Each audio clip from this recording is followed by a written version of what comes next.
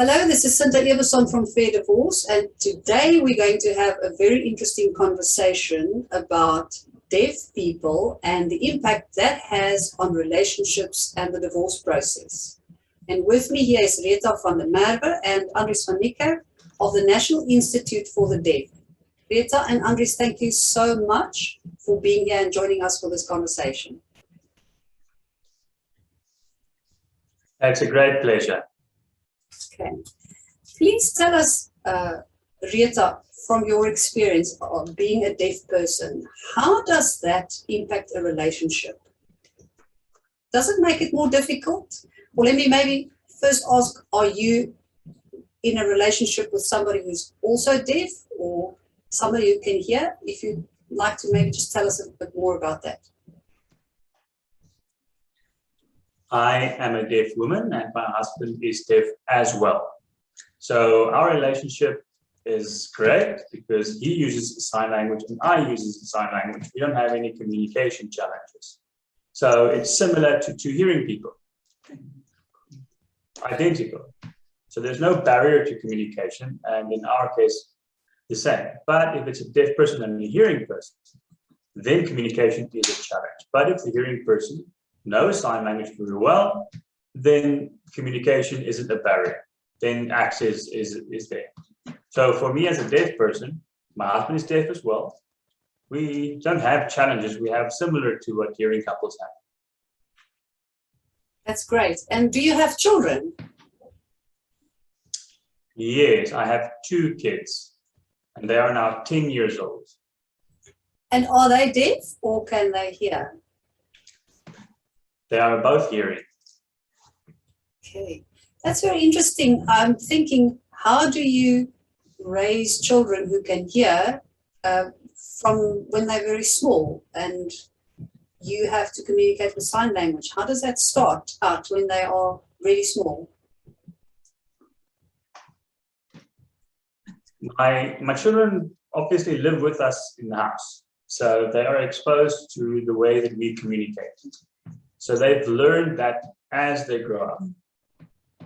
It's for them a very normal experience. And other hearing people might look at that and think, oh, that's abnormal. But for us in our house, it's very normal to use a sign language. At school, they obviously would use a spoken language, but in our house, we sign. We sign. So, and at our home, we have a hostel for deaf children. And my 2 children, they socialize with those deaf children. So there's no limit to their signing. And also in our family, there are other deaf people. So my sister is deaf. Her husband is deaf as well. And my eldest sister is hearing, but she's got a deaf husband whose parents are deaf. So sign language is very prevalent in our family. That's interesting. So for a child, it would be just like learning any other language from when they are born, where they would learn words, they would just learn signs, so to speak. Yes, exactly. Maybe to give an example, in our house, in our kitchen, if I'm making food, I would call my children. But that's sometimes a problem because if they respond, I can't hear them. So I have to walk to them and tell them, come and have dinner or something. But with hearing people, they can have a conversation when they're not in the same room, but we have to see each other to communicate. So that's an interesting difference. So when I'm busy with doing something, I have to stop and look at them to communicate. I can't do something because then I'm looking away. But hearing people, they can do that. So I have to take it a bit slow and do it that way. But that's quite interesting because then you always make eye contact, which is a good thing between people when we communicate, which is beautiful, actually. Yes, exactly. So if we have eye contact, I know that I have attention. Without eye contact, there's no communication. Wow. Okay, so as you know, Fair Divorce is an educational initiative for families who are going through separation or divorce, or even blending new families. So I would like to ask you, and I know you know people who have gone through separation and divorce, how does that impact a separation process? Firstly, maybe we should take a step back and see how it impacts a relationship. Maybe if one person is deaf and the other person can hear. I believe, what's the sign for when you can hear? Is this one. Okay. Yes, like this. So one person can hear and the other person in the relationship is deaf. How would that impact a relationship, and how would that make a relationship difficult and maybe cause conflict or a breakdown of communication, a breakdown of the relationship, so that they end up separating?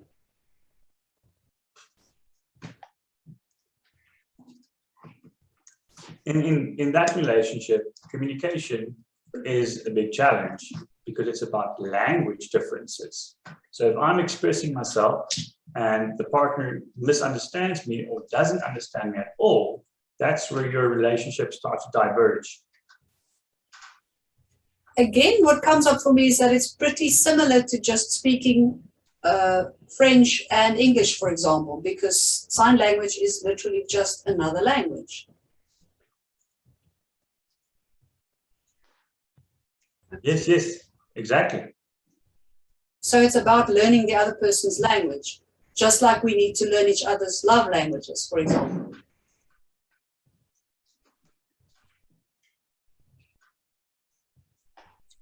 Yes, there are also couples who are deaf, both of them, and they've been divorced and they have challenges, so it's exactly the same. Please show me again, what is the sign for language? Is that language? Sign, that's sign, and that's language. Sign, language. Language. Okay. So any other language or sign language? So that's love language. It's love language. Interesting. Yes, yes. So you say language first and then, but sign language. Very interesting. Okay, so when we get to a process or a stage where we want to separate and get divorced, I have done research. I've looked in many places in the world in the last couple of weeks to find mediators who are able to speak sign language. And I have not been able to come across a single one. I have come across people who have translated in mediation processes, but only 3 people.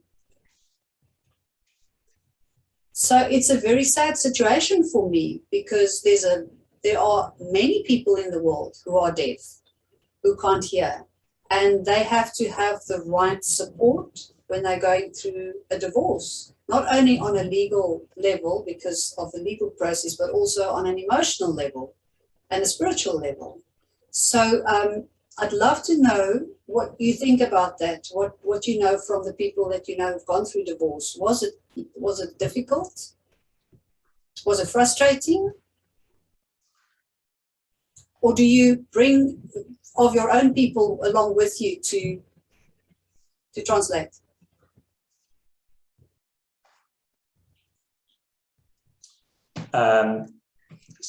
Deaf people do go to court and go to the lawyers. And when they ask the lawyer for assistance, then they don't understand what's going on. So they have to try and find an interpreter. But they can't always find one. So they would tend to use a brother, a sister, or a parent. But that is definitely not a preference. So then you might look at a work colleague or a friend. Here at the NID, we do have 2 interpreters who can help, but it's only here. But so it's sometimes that you use a work colleague, it's also not preferable because they know you, but there aren't many sign language interpreters in South Africa. So it can be quite frustrating to try and manage access to communication, but you know, you've got to survive.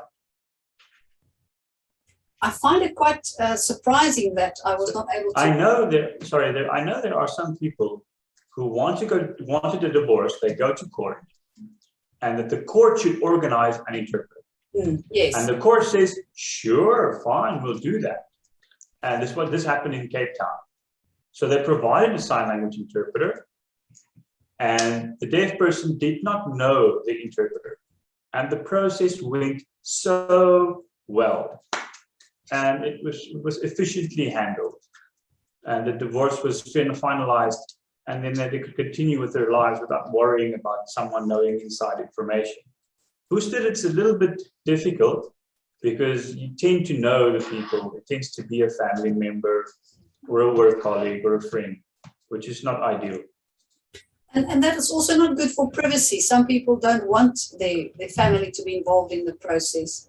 Although, to be honest, there are places in the world where families are involved in the divorce processes, in a mediation process, and it's actually been quite successful because you get support and input from everybody, and especially when there's high conflict, it tends to have a positive effect to have family members involved in the process. So this is interesting. When we go to courts also, they are supposed to have translators available or organize some, as you said. But in general, they aren't readily available. They're few and far between. So I'd like to ask this question. How does one become a sign language interpreter, apart from learning the sign language? Did I do that correctly?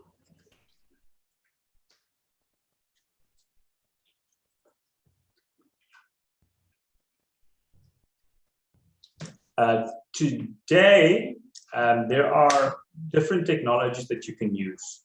So that makes a difference. It doesn't need to be an interpreter right there in the courtroom with you. So that really helps. The bigger challenge is finding an interpreter who will work for a lower fee, because the courts have very limited and very specified fees. And interpreters can't interpret for long hours because it's a physical exercise. So that remains a challenge. Yeah, that makes sense. And what other, is there technology available that can substitute an interpreter?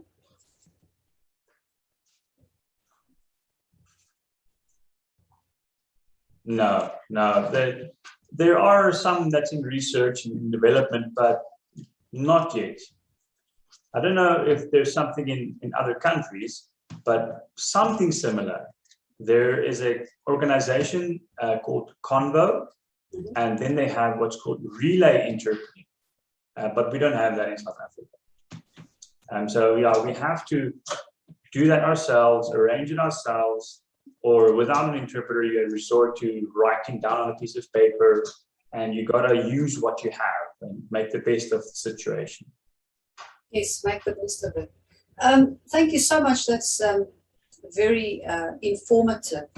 So on a more personal level, I want to ask, as a deaf person, what is your experience in the world out there in general, in the public, going to public places like restaurants and to the movies or to the shops? What is this experience generally in terms of encountering people that can communicate with you?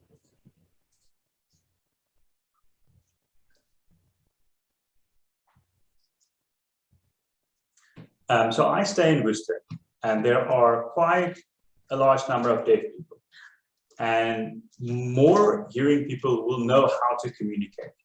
They may not know how to sign, but they know that eye contact is important, and they know to speak slowly. If I go to the city, for example, you can see the difference. They know nothing. So that's a big difference. So I went for an eye exam, and they have a mask, and it's difficult to communicate with the mask, and I didn't need to ask. They changed the mask for one of those see-through screens. And that helps because I'm pretty good at lip reading. But that's because I stay in Worcester. People know. And if I go to the movie, I prefer to watch movies that have subtitles. If there aren't subtitles, I don't go to the movie. But today, very, very fortunate, because there's a lot of programs that have subtitles, like Netflix, or you can select closed captioning. If I go to the restaurant, we have a college here on the campus, so they visit the local shopping mall very frequently, and so we're very familiar in town. Okay, so if you're in your own environment, one can have enough people that can learn to communicate with you. But in the world out there at large, there's still a lot of work to be done for people that can hear. What's the sign again? I can't. Is this the right one? Yeah. Just like that. For people like me who can hear, to learn the sign language. And for everybody else out there, because it's not, we're not raised with an awareness that it's important to learn this language. I wonder what percentage of the population are deaf. And if we know that, perhaps it should be another one of our official languages.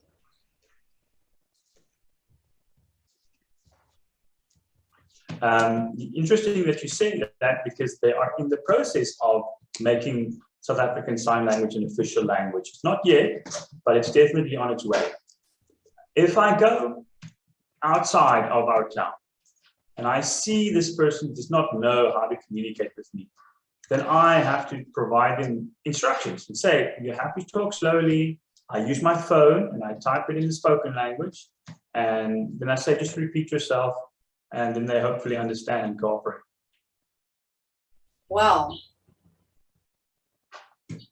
That's interesting. So yeah, you have to do a work. And before there were phones or something for you to type on, I think it was a totally different story, right? Yeah, you usually have a piece of paper with you, or you just try and gesture and mime as good as you can. There's lots of ways that we've learned to cope. Very interesting. This is fascinating. I'm so glad we have this opportunity to talk. So tell me, I'm thinking of the divorce process, and when people have children and they draw up a parenting plan and work out the visitation with the children and who's responsible for what, all those technical terms, the legalities. Is there sign language for those terms? I'm thinking about the word divorce, for example.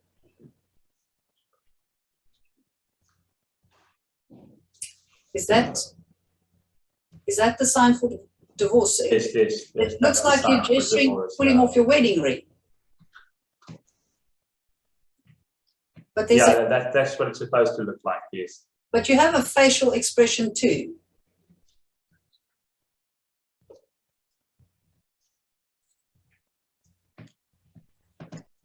Yeah, well, it depends on the context. If it's a difficult divorce, then your face will match that.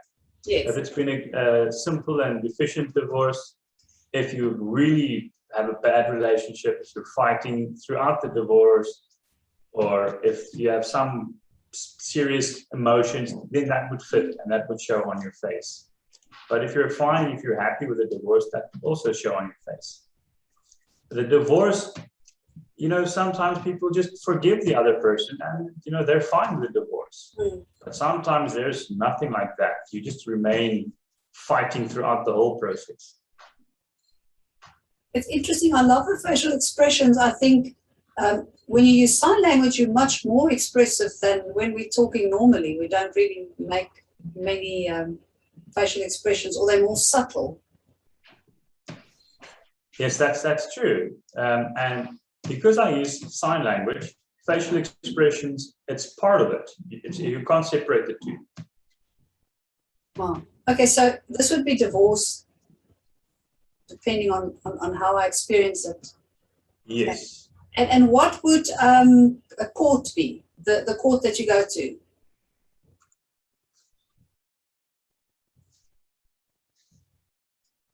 Yes. Court sign looks like that, and lawyer looks like that. So it depends also which dialect you use. So if you're in the Western Cape or if you're in Gauteng province, you may use a different sign and adapt to the signs that they use. Okay. That's a very important thing. There's not one universal sign language. There are actually different dialects in different regions and countries as well, I believe. Yes, yes, each country has their own. So their culture will have a big influence.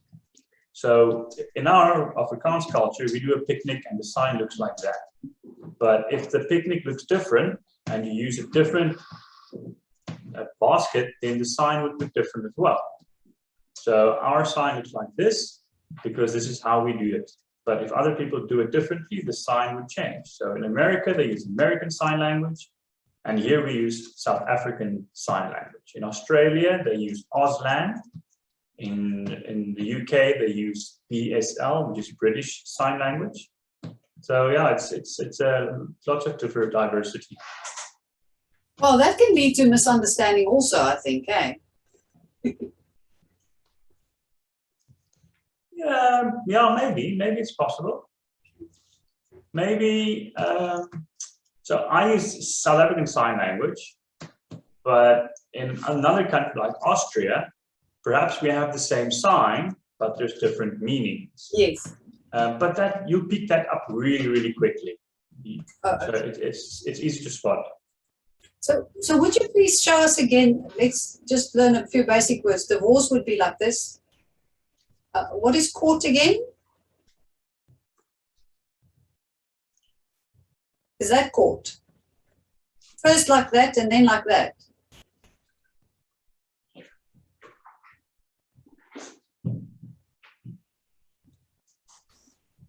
So that's court. Yeah, this is the sign for lawyer. Lawyer. Yes. That's interesting. Okay, lawyer. But court like this, it almost looks acrimonious, like it's a fight or a struggle.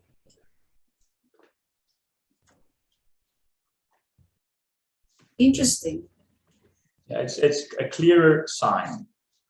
So if you're from a different culture, that's clear to understand. But if you use a sign for lawyer, this is an L in the finger spelling. But if you don't know that, then you may not understand the sign. Hmm. So yeah, if you have another country who have different spoken languages, they might know the sign that's not initialized or with a finger spelled or letter in front. So how would you say, for example, I want a divorce?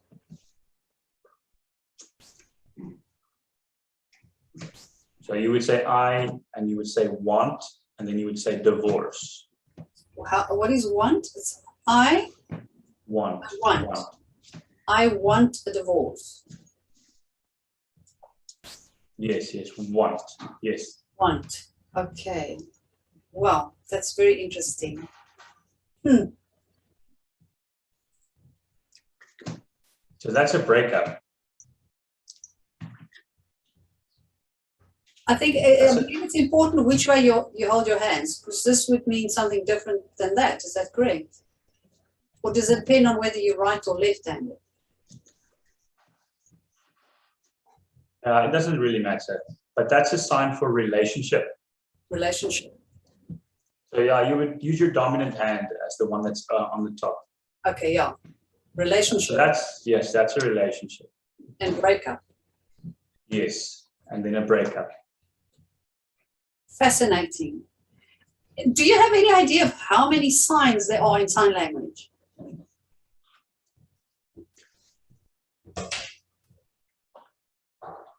I don't know. There's a lot. The spoken language has a lot. I don't know how many. If we don't have a sign, then we create one. But if we don't have one, often we don't need one. So in spoken languages, there are a lot more words than we have in SSL, but it's still in development. So at the school, I learned a lot of signs, but after school, I learned even more. If you learn Afrikaans at school, after school, you may not learn as much as we do with SSL. And I suppose it grows all the time, like most languages do. Yes, it never stops. Wow. So just for What's anybody, going on? sorry, just repeat that. It's just something that's always going on, always learning from the young children. Yes. So the children at the school bring homework. And so I learn, is this what you learn? And I didn't learn that when I was at school, but yeah, that just shows. Wonderful. So just for anybody who's watching the video, I will put contact details in the comments below this video of where you can get hold of the National Institute for the Deaf. And I also want to ask on a practical point, if I'm a deaf person and I want to get divorced, I would obviously try to find a lawyer who can speak sign language, and if not, where do I go to find a translator? If I wanted to find one myself, can I come to your institute?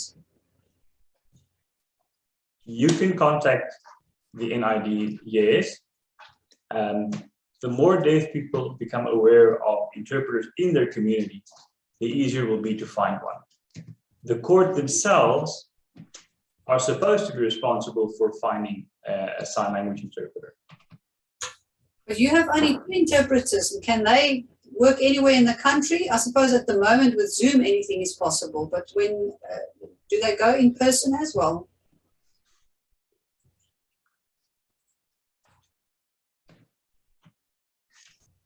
So some prefer having a family member go with them.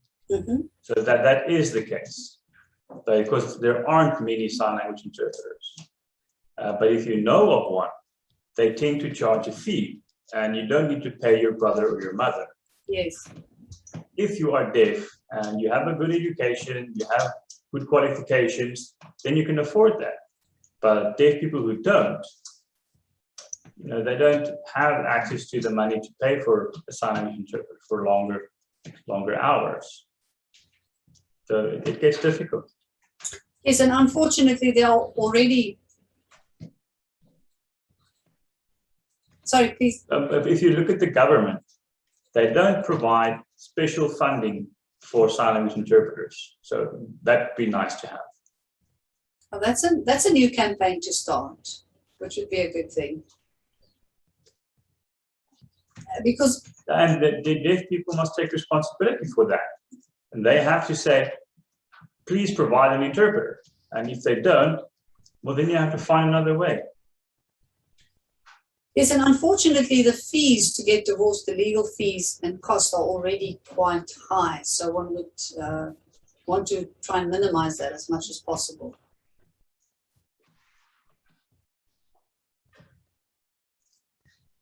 There are deaf counselors in South Africa. So that might be a preference, because then you don't need an interpreter.